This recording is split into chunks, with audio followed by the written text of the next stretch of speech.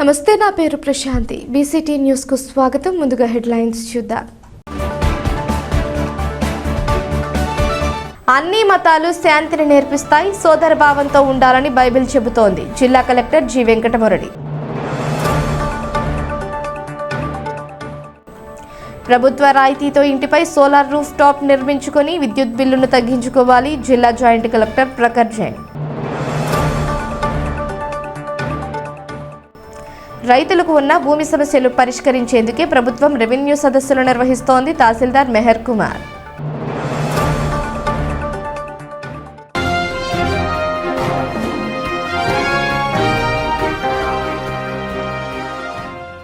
విభిన్న ప్రతిభావంతుల సమస్యలపై వచ్చిన అర్జీలను సానుకూలంగా పరిష్కరించాలని జిల్లా కలెక్టర్ జె వెంకటమురళి అధికారులను ఆదేశించారు. ప్రత్యేకంగా ఏర్పాటు చేయబడిన విభిన్న ప్రతిభావంతుల సమస్యల పరిష్కార కార్యక్రమాన్ని స్థానిక కలెక్టరేట్లోని ప్రజా సమస్యల పరిష్కార వేదికలో నిర్వహించారు. ఈ సందర్భంగా వారి నుంచి వచ్చిన అర్జీలను జిల్లా కలెక్టర్ స్వీకరించారు. విభిన్న ప్రతిభావంతుల సమస్యల పరిష్కారం కొరకు వ్యయ ప్రయాసలతో, ఆర్థిక ఇబ్బందులతో ఎంతో దూరం నుంచి వచ్చారన్నారు. వీరి సమస్యలను నిర్లక్ష్యం చేయకుండా మానవతా దృక్పథంతో పరిష్కరించాలని ఆయన అన్నారు. అర్హత ఉన్నవారికి ప్రభుత్వ పథకాలను అందించే విధంగా కృషి చేయాలన్నారు. వచ్చిన ఫిర్యాదులను త్వరితగతిన పరిష్కరించాలన్నారు. ఫిర్యాదులు పునరావృతమైతే అధికారులను ఉపేక్షించేది లేదన్నారు. అధికారులు విధులను సక్రమంగా నిర్వర్తించి వారి సమస్యలను పరిష్కరించాలన్నారు. ఈ కార్యక్రమంలో జిల్లా సంయుక్త collector Prakhar Jain, revenue division అధికారి పి గ్లోరియా, జిల్లా అధికారులు తదితరులు పాల్గొన్నారు. అన్ని మతాలు శాంతిని నేర్పిస్తాయని జిల్లా కలెక్టర్ జె వెంకటమురళి అన్నారు. జై భీమ్ జర్నలిస్ట్ ఫెడరేషన్ ఆధ్వర్యంలో రైలుపేటలోని ఎంఎస్ఆర్ కళ్యాణ మండపంలో సెమీ క్రిస్మస్ వేడుకలను వైభవంగా నిర్వహించారు. మంచి నడవడికను, హింసకు తావివ్వకుండా సహోదర భావంతో ఉండాలని బైబిల్ చెబుతుందని కలెక్టర్ వెంకటమురళి అన్నారు. నేటి సమాజంలో యూత్ను చూస్తుంటే భయమేస్తుందన్నారు. ఎన్నో రకాల క్రైమ్లు చేస్తున్నారన్నారు. తల్లిదండ్రులు పిల్లలకు విద్యను బోధించి మంచి నడవడికను నేర్పించాలని సూచించారు. అనంతరం కేక్ని కట్ చేసి పంచిపెట్టారు. ఈ కార్యక్రమంలో బాపట్ల ఆర్డీఓ అధికారులు, వివిధ పత్రికల పాత్రికేయులు, ఎలక్ట్రానిక్ మీడియా మిత్రులు కూడా తదితరులు పాల్గొన్నారు.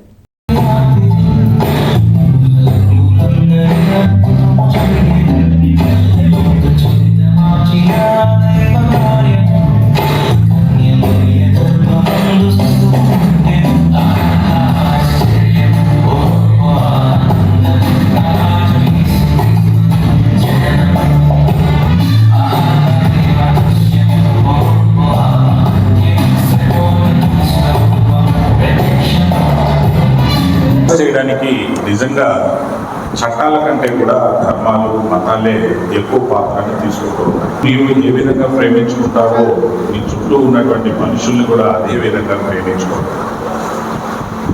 నువ్వు ఎక్కడ కూడా హింసకి తావేయకుండా ఉండడం, ఒక ప్రేమని కలిగి ఉండడం. సో ఇలాంటి విషయాలలో చూసుకున్నప్పుడు బైబిల్ గ్రంథమైన, జీసస్ క్రైస్ట్ అయినా, ప్రపంచ శాంతికి ఈ మతం చేసినటువంటి గొప్ప విషయం ఉంది. ఈ మతం ప్రత్యేకంగా దయ, ప్రేమ, జాలి మానవుల పట్ల కలిగి ఉండాలనే విషయమే కాకుండా సహోదర భావంతో అందరం కూడా కలిసి ఉండాలని నేర్పిస్తుంది. మనందరం కూడా ఇట్లనే కలకాలం అందరం కలిసిమెలిసి జీవించాలని, మన ఈ జీవన ప్రయాణాన్ని కొనసాగించాలని, అదేవిధంగా ఈరోజు ఇంత చక్కగా ఈ కార్యక్రమాన్ని ఏర్పాటు చేసినటువంటి మీడియా సోదరులందరికీ, అట్లనే ఇందాక ఒక మంచి పెర్ఫార్మెన్స్ ఇచ్చినటువంటి ఆ పిల్లలకి, వేదిక మీద ఉన్న పెద్దలకి అందరికీ మరొకసారి క్రిస్మస్ శుభాకాంక్షలు తెలియజేసుకుంటూ సెలవు తీసుకుంటున్నాను. ప్రభుత్వ రాయితీతో ఇంటిపై సోలార్ రూఫ్ టాప్ నిర్మించుకొని విద్యుత్ బిల్లులను తగ్గించుకోవాలని జాయింట్ కలెక్టర్ ప్రఖర్ జైన్ ప్రజలకు పిలుపునిచ్చారు. జాతీయ ఇంధన పొదుపు వారోత్సవాలు ముగింపు సందర్భంగా కలెక్టరేట్ నుంచి అంబేద్కర్ విగ్రహం వరకు విద్యుత్ శాఖ ఉద్యోగులు నిర్వహించిన ర్యాలీని జాయింట్ కలెక్టర్ జెండా ఊపి ప్రారంభించారు.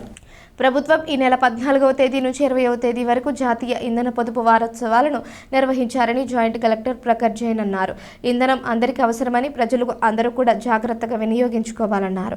ఇంధనాన్ని ప్రజలు ఆదా చేసి భావితరాల భవిష్యత్తుకు మరింత ఇంధనాలు అందించాలని ఆయన సూచించారు.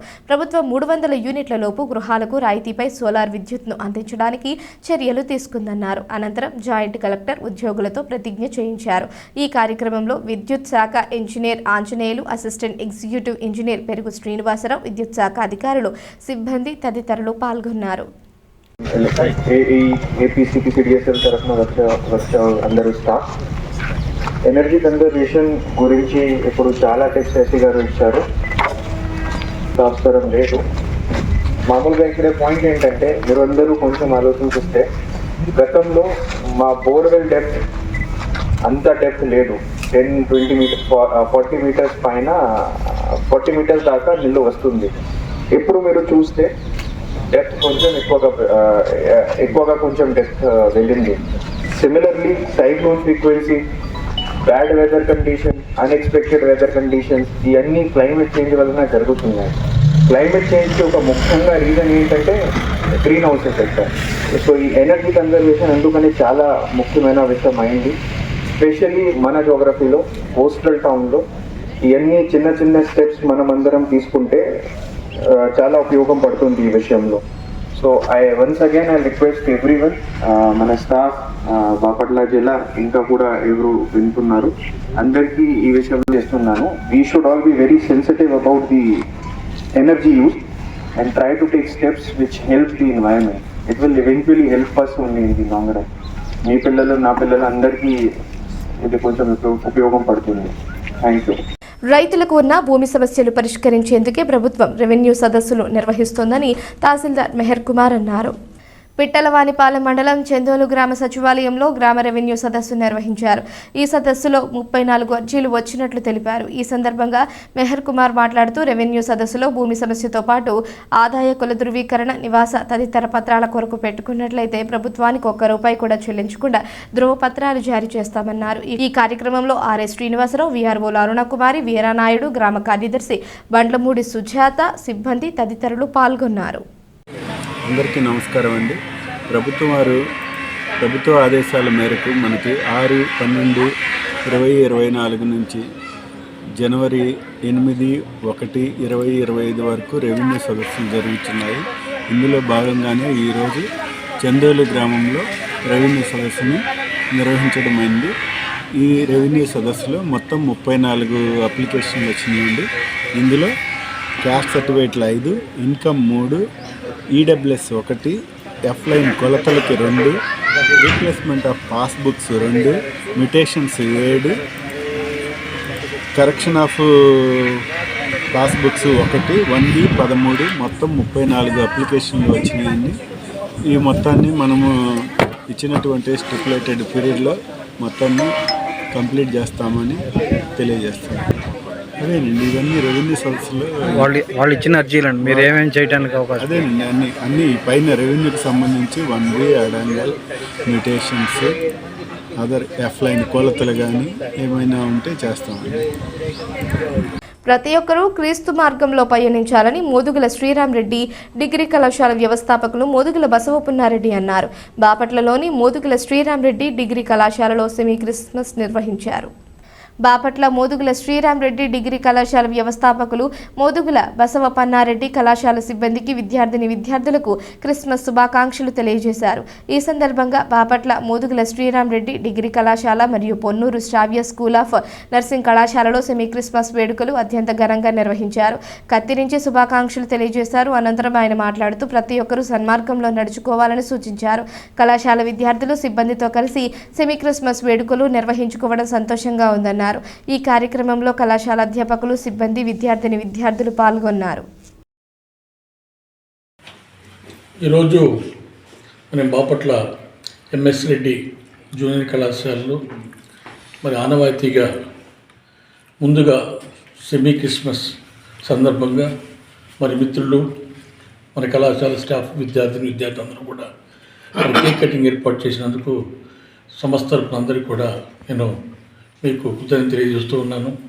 అందరూ కూడా ఈ క్రిస్మస్ సందర్భంగా మరి అందరి జీవితాల్లో మంచి వెలుగు నింపాలని, మరి ఆ యెహోవా చెప్పినట్టుగా అందరూ కూడా సన్మార్గంలో మంచి హృదయాలతో 10 మందికి సహాయం చేసే విధంగా మనందరం కూడా ఒక పాజిటివ్ వేలో ఉండాలని చెప్పి కోరుకుంటూ మీ అందరూ కూడా ఆ యొక్క శుభాశీస్సులు మీ అందరికీ కలగాలని కోరుకుంటూ సెలవు తీసుకుంటాం. కుల వర్గ రాజకీయాలకు అతీతంగా హిందూ సమాజం ఏకతాటిపైకి వచ్చి హిందూ ధర్మ పరిరక్షణ చేయాలని జరుగుతున్న హైందవ శంఖారావం సభను విజయవంతం చేయాలని సమరసత సేవా ఫౌండేషన్ జిల్లా ధర్మ ప్రచారక జంజనం హేమశంకర్రావు అన్నారు. కరపత్రం ఆవిష్కరించారు. అందరికీ నమస్తే. హిందూ బంధువులు అందరికీ కూడా విజ్ఞప్తి. విశ్వ హిందూ పరిషత్తు మరియు సమర్థ సేవా ఫౌండేషన్ వారి ఆధ్వర్యంలో జనవరి 5వ తారీఖు మన దీక్ష దేవాలయాల రక్ష అనేటటువంటి హైందవ శంఖారావం పేరుతో జరుగుతున్నటువంటి భారీ బహిరంగ సభకు ఈ రోజున పిట్లవానిపాలెం మండలం చందోలు గ్రామంలో కరపత్రములు మరియు స్టిక్కర్సు ఇంటింటికి అందించి వీరందరికీ కూడా హైందవ శంఖారావానికి మద్దతు తెలపవలసిందిగా, ఈ యొక్క సభను జయప్రదం చేయవలసిందిగా హిందూ బంధువులందరినీ కూడా మేల్కొల్పటం జరుగుతుంది. జనజాగరణ పేరుతో ఈ రోజున చందోల్లో కార్యక్రమాన్ని చేపట్టాం. మన హిందూ దేవాలయాల ఆస్తుల పరిరక్షణ కొరకు ప్రత్యేకించి మన హిందూ దేవాలయాలు ఎండోమెంటు డిపార్ట్మెంటు నుంచి స్వయం ప్రతిపత్తిగా తొలగించాలని, మన భారతదేశంలో అయోధ్య రామతీర్థ ట్రస్ట్ అనే అయోధ్య ఒకటి, మరొకటి కాశీ, ఈ రెండు ముఖ్య దేవాలయాలు మాత్రమే స్వయం ప్రాతిపత్తిన మనం పరిపాలించుకుంటూ ఉన్నాము. తతిమ్మాయి దేవాలయాలన్నీ కూడా రాబడి కలిగినటువంటి ఆదాయం ఉన్నటువంటివి దేవాదాయ ధర్మాదాయ శాఖకు పొందుపరుచుకొని ఆదాయాన్ని మాత్రం మన హిందూ ధార్మిక సంస్థల నుంచి ప్రభుత్వం వారు సేకరిస్తూ ధర్మ ప్రచారం కొరకు ధర్మ రక్షణ కొరకు వాడాల్సినటువంటి నిధులను దుర్వినియోగం చేస్తూ ఉన్నారు. కావున ఈ యొక్క హైందవ శంఖారావంలో మఠాధిపతులు, పీఠాధిపతులు, వివిధ హిందూ సంఘాల పెద్దలు అందరూ కూడా ఒకే వేదిక మీదకు వచ్చి భవిష్యత్ కార్యాచరణను మనకు తెలపబోతున్నారు. కావున మన హిందూ ధర్మం మీద జరుగుతున్నటువంటి దేవాలయాల మీద జరుగుతున్నటువంటి దాడులకు కూడా నిరసనగా మరి మన గొంతును తెలిపేందుకు ఈ హైందవ శంఖారావానికి మీరందరూ కూడా రావాల్సిందిగా మరీ కోరుతూ బౌడా Bapatla urban development chairman Salagala Rajasekhar బాబును ఈస్ట్ గుంటూరుకు చెందిన పాస్టర్లు మర్యాదపూర్వకంగా కలిసి శాలువాతో సత్కరించి అభినందించారు. అదేవిధంగా బాపట్ల పట్ల పాస్టర్లు కలిసి బొకే ఇచ్చి శుభాకాంక్షలు తెలియజేశారు. కార్యక్రమంలో N Venkataratnam, G Peter Paul, G Yohan తదితరులు పాల్గొన్నారు. రాష్ట్రంలో 61% జనాభా కలిగిన బీసీ వర్గానికి చెందిన 134 కులాలకు సమన్యాయం చేయాలని బీసీ సమన్వయ కమిటీ రాష్ట్ర అధికార ప్రతినిధి అంపావతి గోవింద్ డిమాండ్ చేశారు. శ్రీ సత్యసాయి జిల్లాలోని పుట్టపర్తిలో బీసీ సమన్వయ కమిటీ బహుజన్ సమాజ్ పార్టీ ఆధ్వర్యంలో సమగ్ర కులగణన కార్యక్రమాన్ని నిర్వహించారు.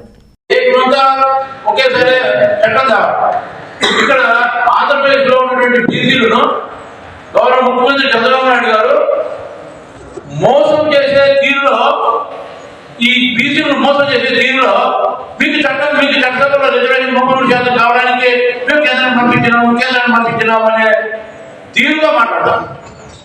ఇప్పుడు జరిగిందంటే 20 సంవత్సరాలుగా మన మోసం జరిగింది. 2024లో మనకు బీసీ డిక్లరేషన్ లో 2 హామీలు ఇచ్చాడు. 33% ప్రకారం 33% బీసీలకు చట్టసభలో రిజర్వేషన్ కోసం తీర్మానం చేసి పంపుతామనేది ఒక హామీ. బీసీలకు రక్షణ చట్టం కోసం ప్రత్యేక చట్టం చేస్తామని చెప్పి ఒక హామీ.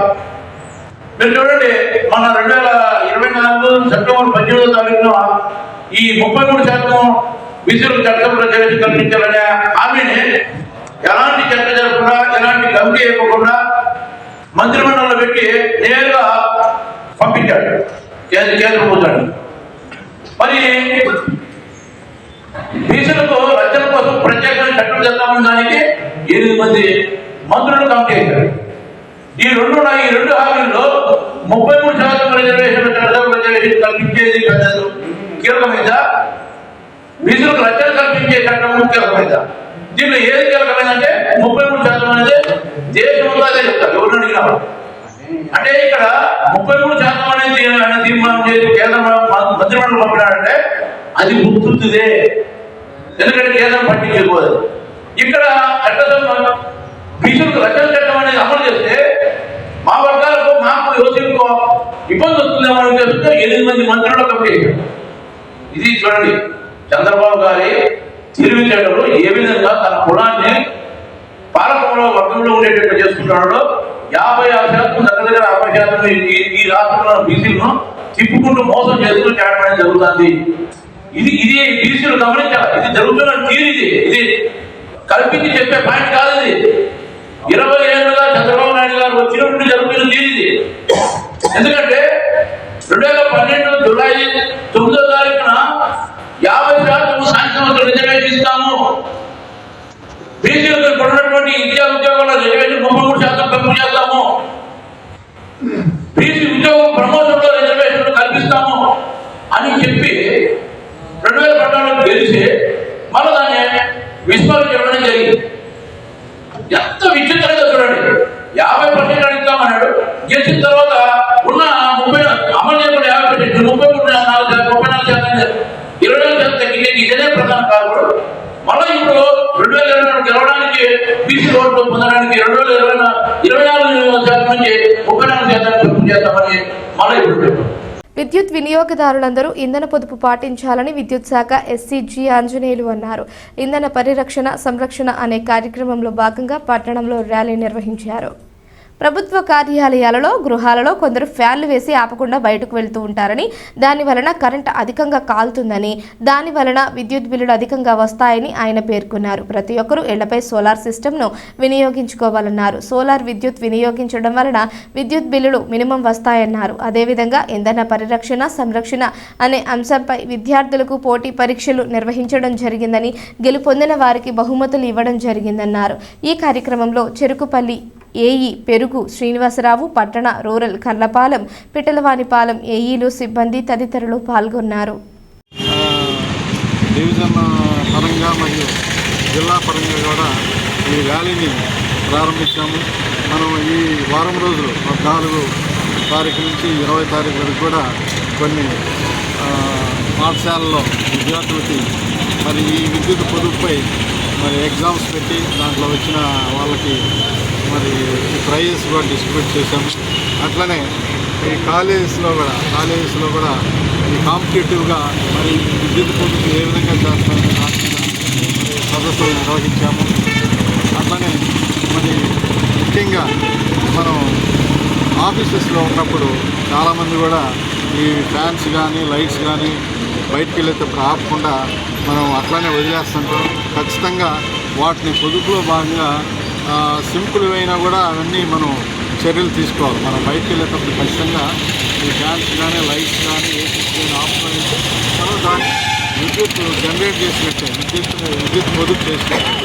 అట్లానే ఈ ఓల్డ్ టైప్ ఇంకా ల్యాంప్స్ ఉన్నాయి, సిఎఫ్ఎల్ ల్యాంప్స్, దాని బదులు ఎల్ఈడి బల్బులు అందరూ వాడుకోవాలి. అట్లనే ఇప్పుడు స్టార్ రేటెడ్ పరికరాలు వచ్చినాయి. ఈ ఫ్యాన్స్లో కానీ బల్బ్స్లో కానీ ఏసీస్లో కానీ రిఫ్రిజిరేటర్స్లో కానీ అన్ని రకాలలో కూడా 3 స్టార్ 5 స్టార్ రేటు ఉపకరణాలు వచ్చినాయి. కాబట్టి అవి అందరూ కూడా వాడుకోవాలి. మరి ఇందులో భాగంగా మేము ఈ పిఎం సూర్య గారిని మరి జిల్లా వ్యాప్తంగా కూడా మరి దాదాపుగా 2000 సర్వీసులు రిజిస్ట్రేషన్ చేయడం జరిగింది. అట్లనే 250 సర్వీసుల వరకు కూడా మేము ఈ సోలార్ రూట్ టాప్ నిర్మించాము. మరి వాళ్ళని ఎంక్వైరీ చేస్తే వాళ్ళకి ఈరోజు బిల్లు అనేది దాదాపుగా 2000 వచ్చే బిల్లు దాదాపుగా ఇప్పుడు మినిమం బిల్లు 200 లోపు వస్తుంది. మరి అందరూ ప్రజలు కూడా ఈ సోలార్ రూట్ టాప్ని ఉపయోగించుకోవాలి.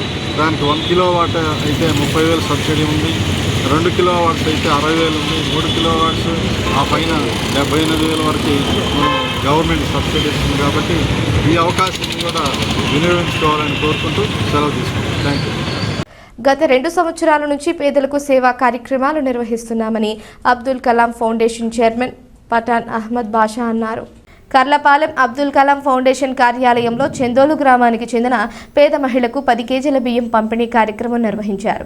ఈ సందర్భంగా పఠాన్ అహ్మద్ బాషా మాట్లాడుతూ పేదలకు ప్రతి శుక్రవారం బియ్యం, నిత్యావసర సరుకులు, దుప్పట్లు, అనారోగ్యంగా ఉన్న వారికి ఆర్థిక చేయూత అందించడం చేస్తామని తెలిపారు. ఈ కార్యక్రమంలో షేక్ అయూబ్, మాజీ కోఆప్షన్ సభ్యులు షేక్ బాషా, బహదూర్ బాషా, షేక్ ఇబ్రహీం, షేక్ హబీబ్, రియాజ్ బేగ్, ఉప్పలపాటి వెంకటేశ్వరరాజు తదితరులు పాల్గొన్నారు.